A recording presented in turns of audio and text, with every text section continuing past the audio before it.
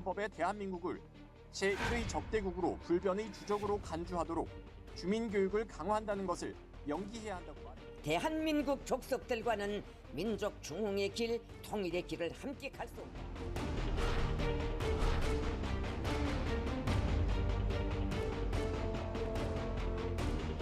북한이 그동안 서해 북방을 개선, NLL을 부정하며 1991년 남북 기본합의서마저 파기하는 안건을 상정할 가능성이 있다고 전망합니다.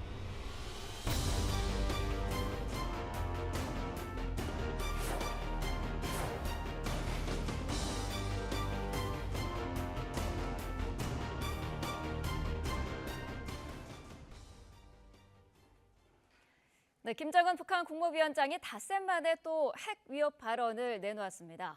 이런 가운데 북한은 김정은 국무위원장이 지시한 적대적 두 국가론을 뒷받침할 헌법 개정을 곧 마무리할 것으로 보입니다. 관련 내용 자세히 짚어보겠습니다. 김용현 동국대 북한학과 교수와 함께합니다. 어서 오십시오. 네, 안녕하십니까. 네. 자, 먼저 조금 전에 저희가 전해드린 내용부터 좀 정리를 해보도록 하겠습니다.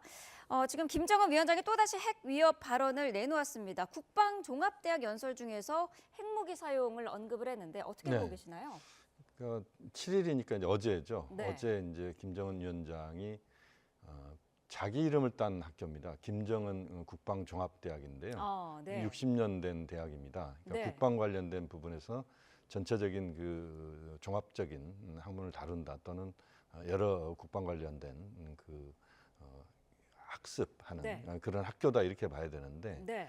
거기에서 이제 어떤 이야기를 했냐면 적이 무력 사용을 기도하면 북한은 무력을 사용한다. 모든 공격 수단을 동원한다. 거기에 핵무기도 배제하지 않는다. 이런 이야기입니다. 네. 물론 그 전부터 김정은 위원장이 이와 유사한 발언들을 했는데 어제 갔던 대학이 이제 북한의 매우 상징적인 국방 관련된 종합대학이거든요. 네. 거기에서 학생들 앞에서 이제 그러한 그 발언을 했다는 것 자체가 좀 남다르다 이렇게 봐야 될 것 같고요. 네. 어쨌든 남북 관계에서 강대강의 대결 구도가 지금 계속되고 있는데 그것에 대한 북한 김정은 위원장의 강한 그 남측을 향한 압박 이것이 어제 또 나왔다 이렇게 봐야 되겠습니다. 네. 어제 이제 최고인민회의가 열렸고요. 이르면 뭐 오늘 오전 중에 관영 매체를 통해서 내용이 공개될 것으로 이제 전해지고 있는데 네. 회의가 끝난 걸까요? 어떻게 보시나요?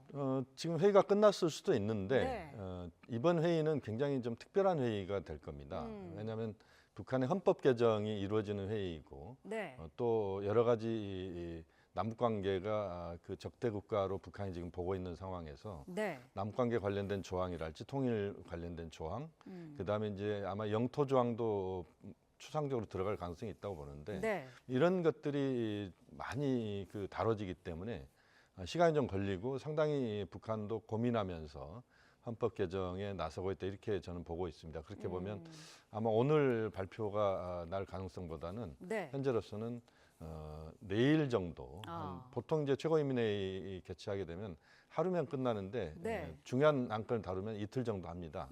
그렇게 보면 하루 정도 더 시간이 걸리지 않나 그런 판단입니다. 네. 자, 말씀하신 부분 큰 틀은 일단은 통일 조항 삭제 그리고 영토 조항 신설 이렇게 두 가지가 될 것으로 보이는데 네. 먼저 통일 조항 삭제와 관련해서는 김정은이 이미 적대적 두 국가 관계를 규정을 하지 않았습니까? 그렇습니다. 그래서 예견된 일이다 이런 분석이 많더라고요. 그렇습니다. 뭐 이건 뭐 거의 예고했다 이렇게 보셔도 됩니다. 네. 이미 김정은 위원장이 연초부터 이런 이야기를 했거든요. 네. 헌법 개정을 해야 되고 그 관련된 남북 관계와 관련된 부분에서의 조항들을 고쳐야 된다라고 하는 그런 입장들을 보여줬습니다. 네. 지금 화면에 나오고 있지만 북한이 지금 통일 지우개에 나서고 있다 이렇게 볼 수밖에 없는데 대남 그 모든 정책들을 다뤘던 통일전선부 이게 당 중앙위원회 10국, 노동당 중앙위원회 10국으로 변경이 됐습니다. 네. 그다음에 그 대매체라고 할 수 있는 조선중앙통신 여기에서 통일 관련된 용어가 거의 다 사라져 버렸고요.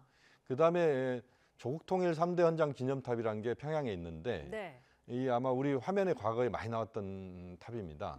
이 탑이 철거가 됐어요. 아예 없어진 건가요? 아예 없어졌습니다. 네. 그다음에 이 비전향 장기수들을 그동안 이제 북한에서 통일 애국투사라고 표현을 했고 언론에도 북한 언론에도 이제 그렇게 나왔는데 네. 이번에 보니까 이제 그 그 비전형 장기수에게 생일상을 전달하는 그 행사가 있었는데 그냥 네. 애국투사로 이름 명칭을 바꿨습니다. 그만큼 지금 북한은 올해 들어서 통일 관련된 부분에서 모든 조항이나 사항들을 지우고 있다. 그렇게 보면 이번 헌법 개정에서도 통일 관련된 내용들은 다 드러내는 것 아니냐 뭐 이렇게 지금 보고 있는 겁니다. 네. 그런데 북한의 이데올로기의 근간이 사실 민족 그리고 통일인데 네. 이거를 다 삭제하는 거를 북한 주민들이 어떻게 이해할까도 궁금하거든요. 그렇죠. 이제 북한 주민들 입장에서는 당혹스러울 겁니다. 우선은. 네. 그렇지만 이제 북한이 이 지우기 작업을 계속 해왔기 때문에 이 당혹스러움들이 어느 정도 지금 상쇄가 됐을 거라고 보고. 네.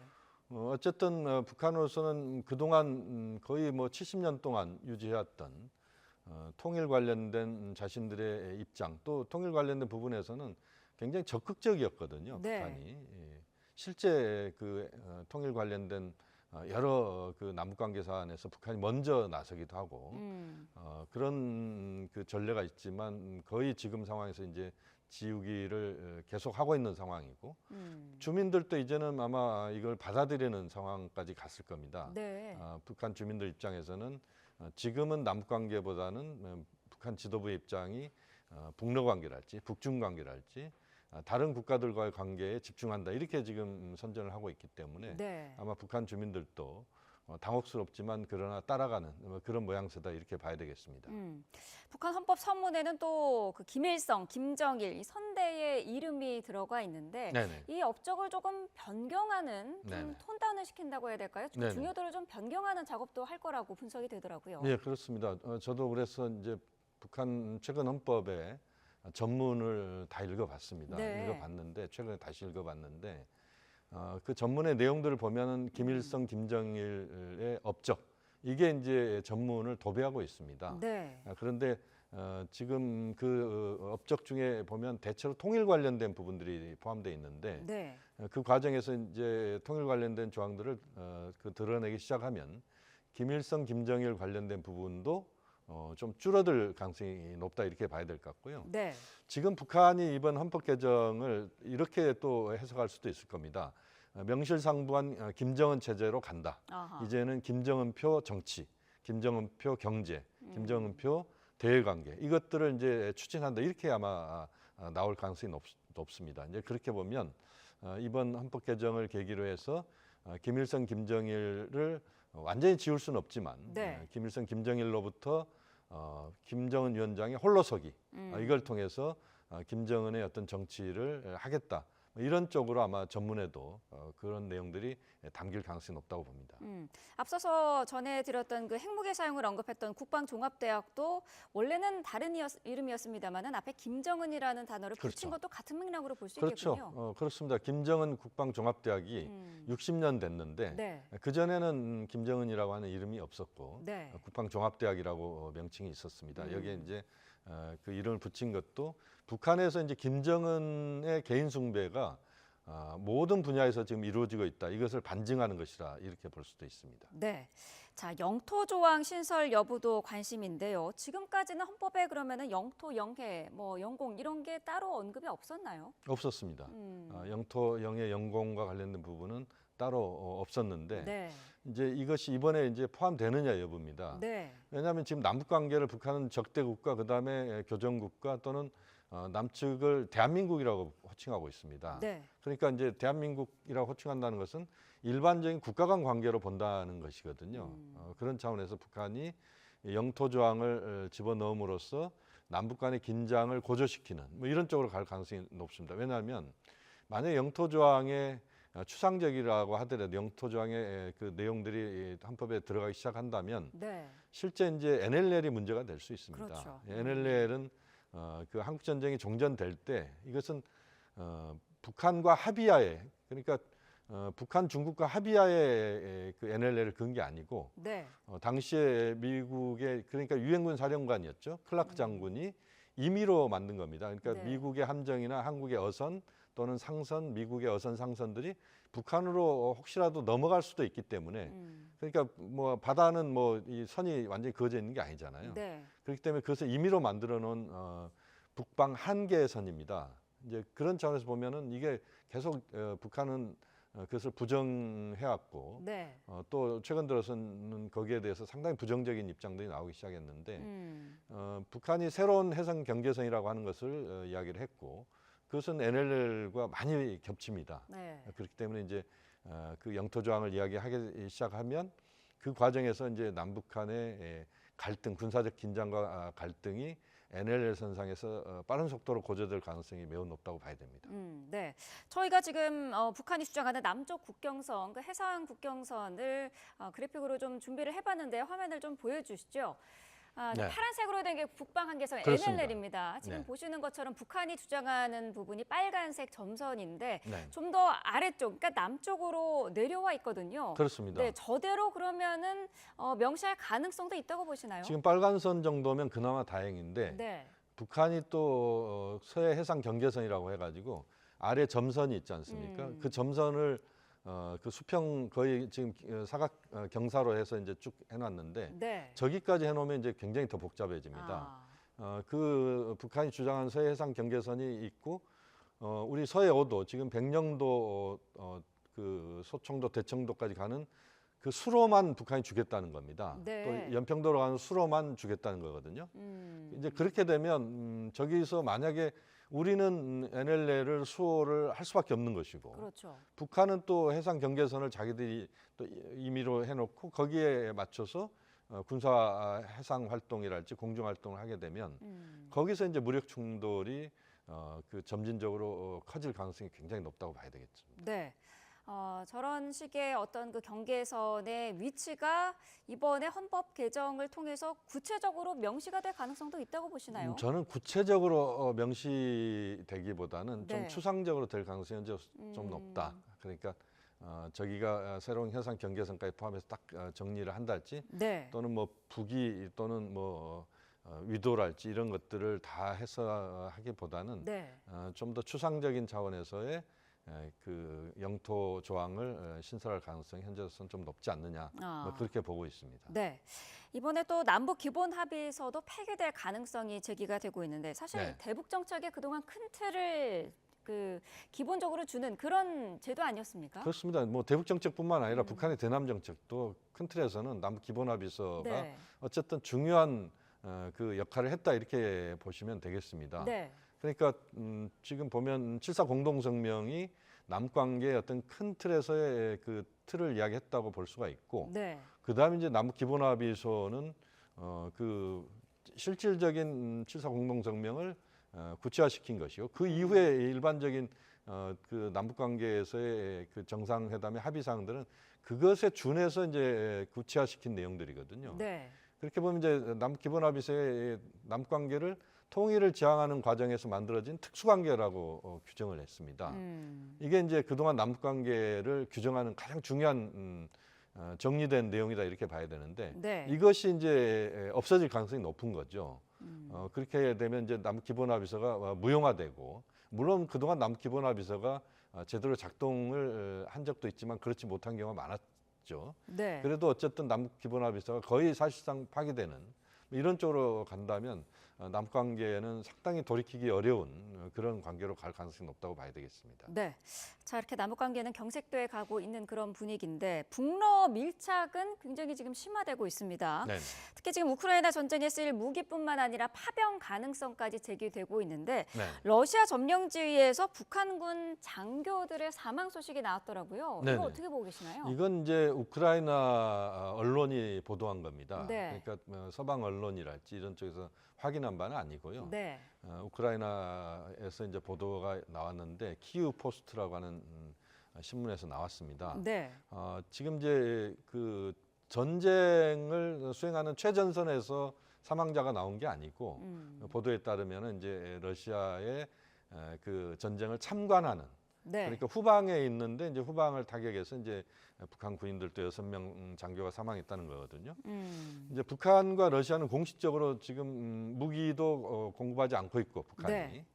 또 인적인 과정, 인적인 파병은 전혀 없다 이렇게 이제 북한 이야기하고 있는데 만약 이게 사실이라면 북러 관계의 이번 우크라이나 전쟁에서 북한의 이 전쟁에 대한 그 참여도는 굉장히 지금 깊숙이 들어와 있는 것 아니냐 이런 또 그 판단을 할 수밖에 없는 것이죠. 네. 지금 뭐 북한이 러시아에 100만 발 이상의 포탄을 제공했다. 이건 거의 기정사실화된 내용이고 네.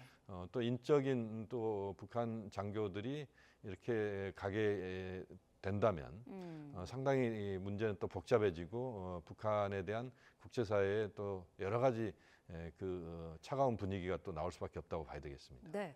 무기와 인력을 모두 어쨌든 제공을 한다면은 안보리 결의 위반인데 네. 이거를 따로 제재할 방법은 없을까요?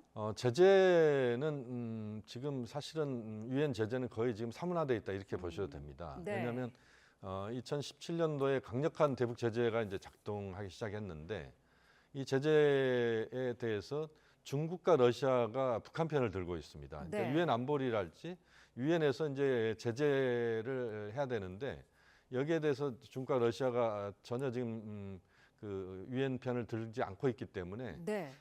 지금 북한에 대한 제재는 거의 솜방망이다. 아예 제재가 작동하지 않는다. 북한은 이걸 또 굉장히 활용하고 있다 이렇게 보셔도 됩니다. 이 제재가 작동하지 않는 상황 속에서 러시아와의 군사협력 또는 지금 뭐 중국, 러시아로부터 식량이랄지 이런 것들이 비공식적으로 아마 들어올 가능성도 있다고 보는데 네. 그렇게 보면 북한은 제재를 미국이나 국제사회가 계속하는 이 상황에서 빠져나올 구멍을 지금 러시아를 통해서 만들어냈다 이렇게 봐야 되겠습니다. 자, 그런 가운데 지금 북한과 중국과의 관계는 안개 속입니다. 이게 좀 네네. 어떤 상황인지를 모르겠는데 네. 수교 75주년을 맞아서 신압록강 대교가 수교일에 맞춰서 개통이 될 거다 이런 네네. 예상이 있었습니다만 개통도 안 돼 있고 중국이 네. 현판도 철거한 것으로 지금 보이거든요. 네네. 이런 움직임은 어떻게 봐야 될까요? 우리가 이제 단동을 가보시면 신압록강 대교가 아주 유용이 아주 대단하게 건설이 돼 있습니다. 네. 하류 쪽에 가면 볼 수가 있는데 지금 보면 전혀 지금 그 가동이 안 됩니다. 2014년도에 완공이 됐거든요. 네. 10년 됐는데 이번에 이제 준공식 한다 이런 이야기가 있었습니다. 근데 전혀 안 됐고 또 현판도 떼내고 네. 이런 것들을 보면 북중 관계가 그동안 관계보다는 좀 덜하지 않느냐 네. 이렇게 보시면 됩니다. 북러 관계가 강화되면 북중 관계는 상대적으로 약화되는 이런 흐름입니다. 만약에 북중 관계가 강화되면 북러 관계 약화될 수 있는데 네. 지금은 이제 우크라이나 전쟁 때문에 북러 관계가 특수 관계에 들었다 이렇게 보셔도 됩니다. 네. 밀월 관계라고 봐야 되는데 이 상황에서 이제 북러 관계에 북한이 집중하는 과정에서 중국에 대해서는 좀 소홀히 하는 측면이 있고 또 중국도 지금 보면은 북러 관계에 대해서 그런 여러 표현들을 쓰지는 않고 있지만 대체로 이제 북중 관계가 소외되는 것에 대한 부담 이런 것들을 좀 느끼고 있고 일부 표현도 좀 나오고 있다. 이게 이제 현판 철거랄지 이런 것으로 우리가 볼 수 있는 거라고 봐야 되겠습니다. 네. 자, 어쨌든 북한의 헌법 개정 내용이 공개가 되면 거기에 따라서 우리의 대북 정책도 상당히 많이 좀 바뀌어야 될 것 같은 그런 분위기인데 어떤 점들이 많이 바뀔 것으로 예상할 수 있을까요? 지금 이제 보면 남북 관계가 강대강의 대결 구도를 계속 보이고 있다 이렇게 봐야 되는데 네. 북한이 이제 헌법 개정을 하면서 그 남관계를 적대관계로 아예 이제 제도화시켜내기 시작하면 우리가 이제 거기에 또 대응해서 우리 정부가 그 반응할 가능성이 있는데요. 네. 제가 볼 때는 지금 이럴 때일수록 남관계를 상당히 신중하게 볼 필요가 있습니다. 왜냐하면 지금 한반도 군사의 긴장이 고조되는 것이 결코 우리에게 도움이 안 되거든요. 네. 또 남관계에서 북한이 치고 나간다고 해서 우리가 똑같이 나가기보다는 우리는 좀 더 한 반발적 정도 좀 그 상황을 지켜보면서 좀 더 신중하게 대처하는 그러면서 남관계를 관리하는 그리고 한반도의 평화를 우리가 관리하는 뭐 그런 자세를 우리 정부가 상당히 의연하게 보여줄 필요가 있다. 저는 그렇게 보고 있습니다. 네, 알겠습니다. 자, 북한이 어제 일단 하루로 예정이 됐습니다만 오늘까지 이어지고 있는 것으로 보입니다. 최고인민회의 관련된 내용, 자세한 내용 짚어봤습니다. 김영현 동국대 북한학과 교수와 함께했습니다. 오늘 말씀 감사합니다.